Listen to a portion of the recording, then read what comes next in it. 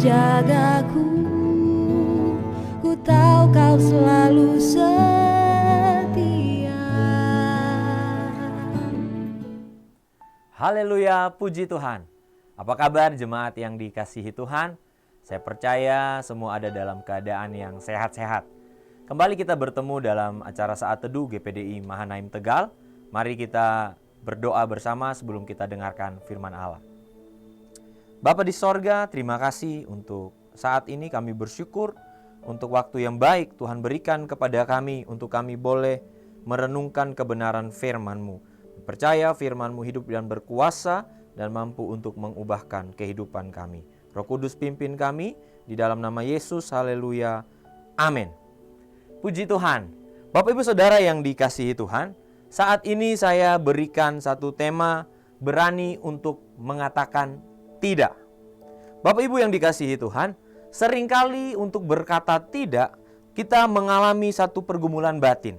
Untuk kita bisa menolak atau mengatakan tidak kepada sesuatu atau kepada seseorang, kita seringkali mengalami pergumulan batin. Kita sungkan, kita merasa tidak enak untuk menolak atau berkata tidak. Bahkan ada orang-orang yang ketika ditawarkan sesuatu yang salah sekalipun, dia tahu itu tidak baik, dia tahu itu salah, tetapi dia tetap menjawab iya, dia tetap mau melakukannya. Dia enggan untuk berkata tidak karena dia merasa tidak enak. Nah, hal-hal ini sering terjadi dalam kehidupan kita. Rasanya sulit sekali untuk kita mengatakan tidak. Kita dibawa pada posisi yang dilematis ya. Kita berpikir apa jadinya kalau saya mengatakan tidak? Apa jadinya kalau saya menolak? Banyak orang khawatir, takut ditinggal teman-temannya ketika dia menolak melakukan apa yang teman-temannya mau.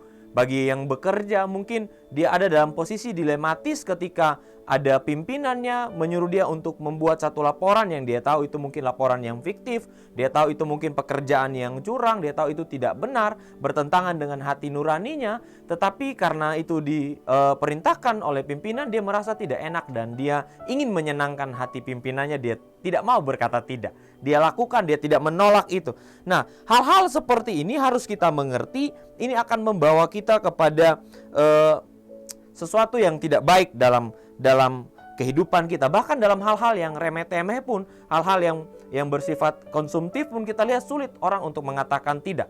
Bagi ibu-ibu rasanya sulit sekali mengatakan tidak ketika ada tawaran-tawaran produk baru. Walaupun dia tahu ekonomi dalam keluarganya mungkin hari-hari ini sedang sulit, tetapi ketika ada barang baru, ketika ada baju baru, ketika ada tawaran tas baru dan lain sebagainya, dia sulit untuk berkata tidak. Bapak-bapak juga tentang otomotif yang saya tahu biasanya tentang otomotif atau tentang gadget akan mengeluarkan pengeluaran yang banyak di sana dan sulit untuk berkata tidak terhadap hal-hal itu.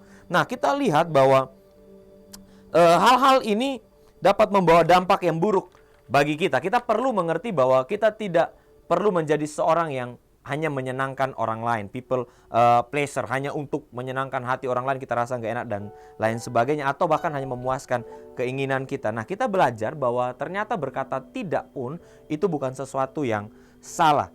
Kita buka di dalam Kejadian pasalnya yang ke-39, ayatnya yang ke-7 sampai ayatnya yang ke-10, kita akan belajar dari seorang bernama Yusuf. Saya bacakan dari ayat yang 7 sampai ayatnya yang ke-10, Kejadian pasal 39. Selang beberapa waktu istri tuannya memandang Yusuf dengan berahi. Lalu katanya, marilah tidur dengan aku. Tetapi Yusuf menolak dan berkata kepada istri tuannya itu, dengan bantuanku, tuanku itu tidak lagi mengatur apa yang ada di rumah ini, dan ia telah menyerahkan segala miliknya kepada kekuasaanku. Bahkan di rumah ini ia tidak lebih besar kuasanya daripadaku, dan tiada yang tidak diserahkannya kepadaku selain daripada engkau, sebab engkau istrinya. Bagaimanakah mungkin aku melakukan kejahatan yang besar ini dan berbuat dosa terhadap Allah?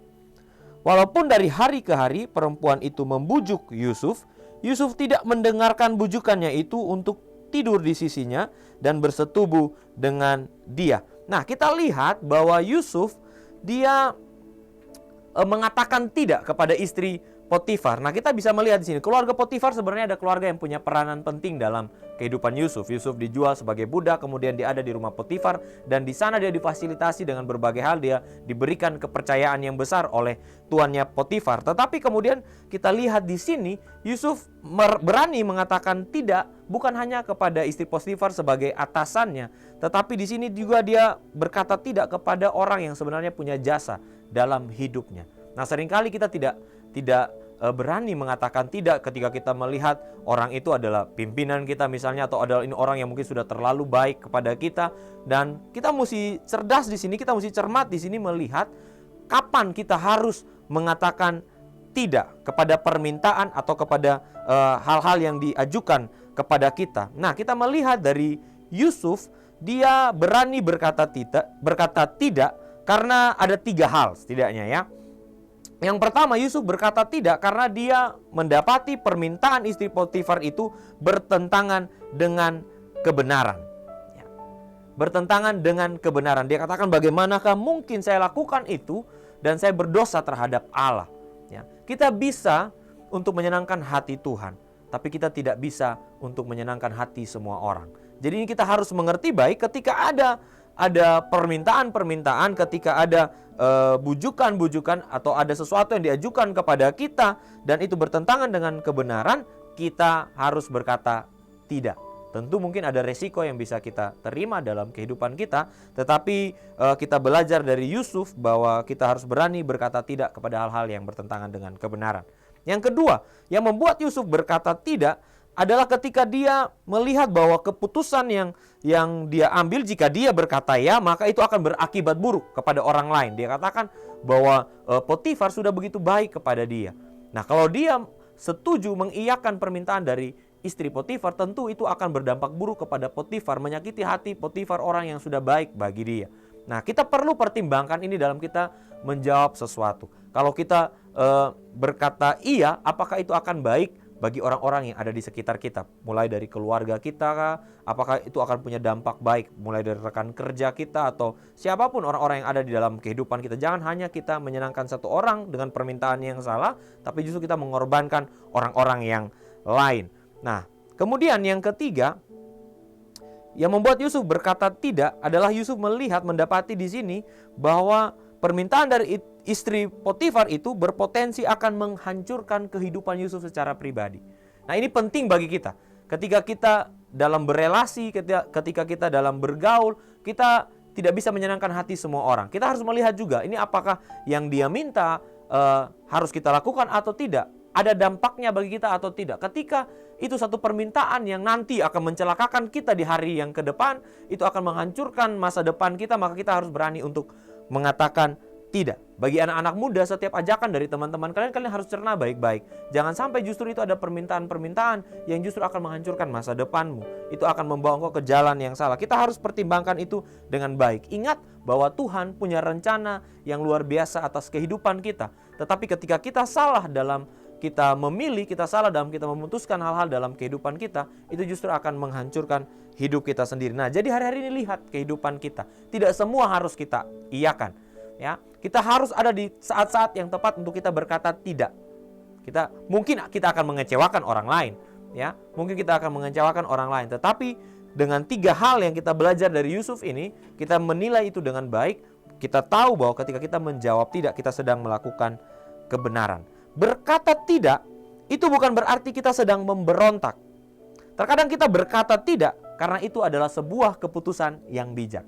Sekali lagi, ketika kita berkata tidak, itu bukan berarti kita sedang memberontak. Tapi kita berkata tidak karena itu adalah satu keputusan yang bijak. Saya tidak sedang mengajarkan kepada Bapak Ibu Saudara untuk semua hal kita katakan tidak. Katakan tidak kepada semua hal, tidak seperti itu. Tetapi katakan tidak kepada hal-hal yang berpotensi untuk menghancurkan kehidupan kita. Nah, Matius pasal 5 ayatnya yang ke-37, di sana dikatakan demikian. Jika ya, hendaklah kamu katakan ya. Jika tidak, hendaklah kamu katakan tidak. Apa yang lebih daripada itu berasal dari si jahat. Saya merenungkan ayat ini dan ini tidak hanya berbicara tentang kejujuran, tetapi ini juga berbicara tentang integritas, bicara tentang kebenaran.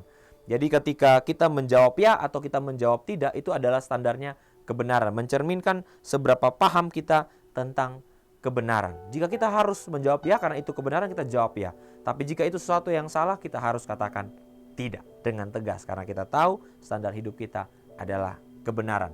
Saya percaya bahwa ini akan bermanfaat bagi kehidupan Bapak Ibu Saudara. Dan Tuhan tolong agar Bapak Ibu Saudara bisa dengan bijak untuk tahu kapan mengatakannya dan kapan untuk berani mengatakan tidak kepada hal-hal yang salah. Puji Tuhan, mari kita bersatu di dalam doa.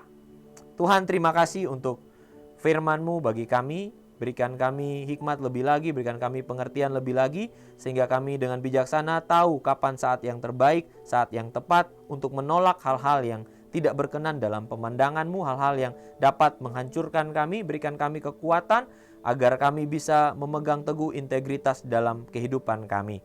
Tuhan, tolong setiap jemaat-Mu ya Tuhan, agar mereka boleh menjadi jemaat-jemaat yang menyenangkan hati Tuhan daripada menyenangkan hati manusia. Biarlah mereka mengejar terlebih dahulu kebenaran-Mu ya Tuhan, karena kebenaran-Mu itulah yang akan menuntun mereka kepada hidup yang berbahagia. Terima kasih banyak Tuhan Yesus, Engkau Allah ada beserta dengan jemaat-Mu, dan di waktu-waktu ke depan Tuhan pertemukan lagi dalam saat teduh, dan kami semua boleh diberkati. Di dalam nama Yesus kami berdoa, haleluya, amin.